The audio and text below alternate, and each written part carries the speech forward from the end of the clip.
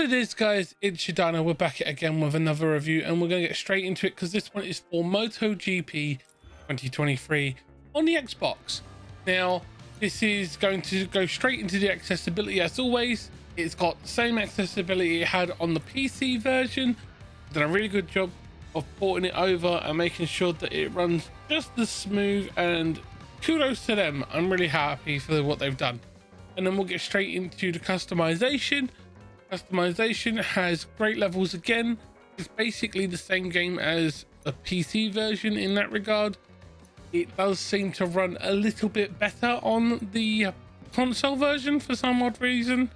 When I was playing it on my PC, I noticed that there was some issues with certain graphical loadings. I will say that the faces and the designs for the characters are very rudimentary because that's not really the focus of the game. Obviously, the focus of the game is and will always be the racing aspect, and we'll cover that later on when we get into the gameplay. Now, the customization allows you to do a lot. You can customize how the character looks, pick their gender, pick their pronouns, change their name, change your specific helmet designs, and all these other cool things. You've got helmet editor, graphic editor, all these ways of creating a unique character that you will drive in all the different modes in the game. We'll get into those later on as well. There are loads of different colors, as you can see. I just thought I'd show it off during this area of the video to try and highlight some of the base level customizations that you can do in the game. Now, if you go more in depth into it, there is a heck more, like so much more. They've gone really in depth into it. You could do a lot, and you can source from the online community on stuff like that. You can design the riding style, you can customize all sorts of different things. That's just one of the many things that you can do, and it does reward you for playing previous MotoGP games as well, so that's a bonus. Now, when we go into the gameplay aspect, just bear in mind that I don't play these sorts of games. These aren't really games that I'm the greatest at.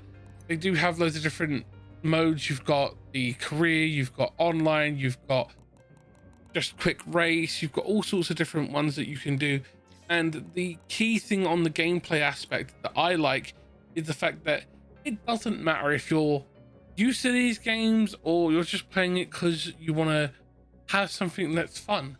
I was playing it on Rookie. I'm not going to deny that. Rookie is basically the easiest difficulty you can do, and I had no problem playing it like that because it has all the assists on.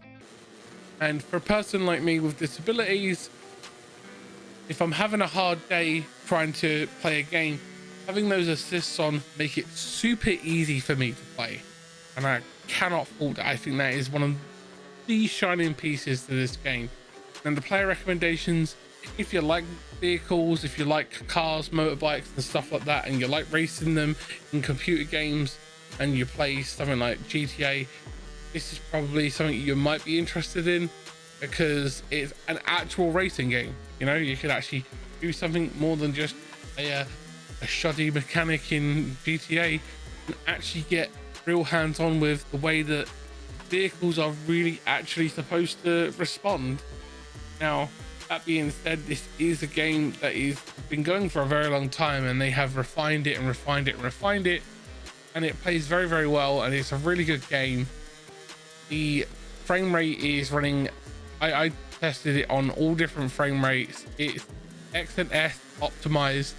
It can run at 1080 120, it can do 1440 at 120, and it can do 4K at 60, no problems.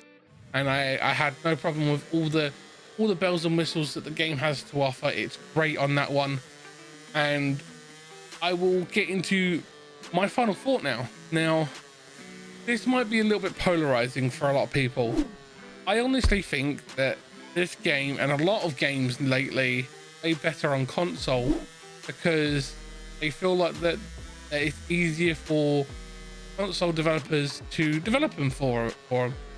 Let's put out an example. Star Wars Jedi Survivor runs great on console, has a tiny amount of glitches, but ran really badly on PC.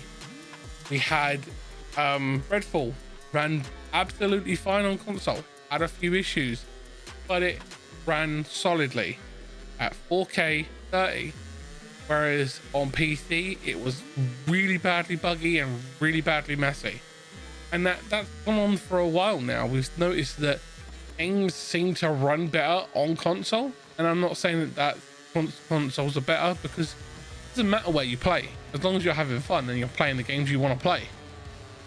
But I've noticed that as the console generations have improved, the best place to play seems to be on console. I've noticed that with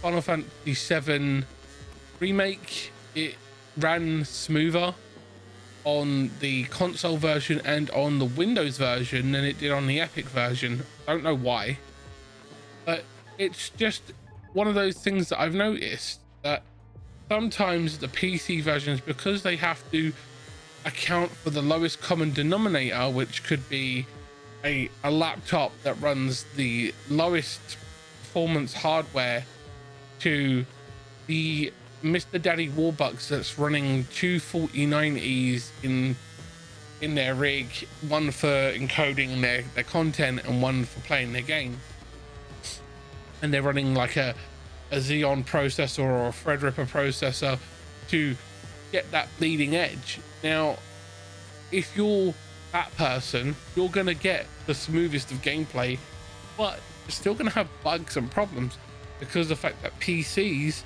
don't have that QA testing that the consoles have, because they all use the same hardware, and if it works great in a QA test for a console, you know it's going to work when it gets out into the wild. But with PC, it's the harder one to test for.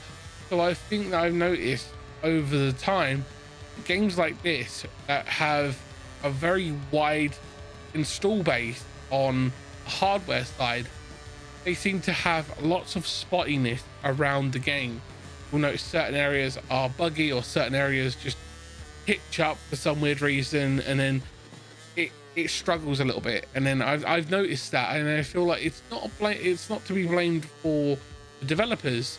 It's to do with the hardware that we as consumers have to use, and it's not a bad thing. But that's why I feel like games like this and other games that have come out run better on consoles as opposed to multi-platforms. And I feel like that is clear in this game, that whilst this is on PC, Xbox, PlayStation, it seems to run better on the console versions, and it runs better at all different resolutions. So you can run it at the highest end of what the consoles can do, you can run it at the lowest end and have the highest frame rate, and it still runs perfect.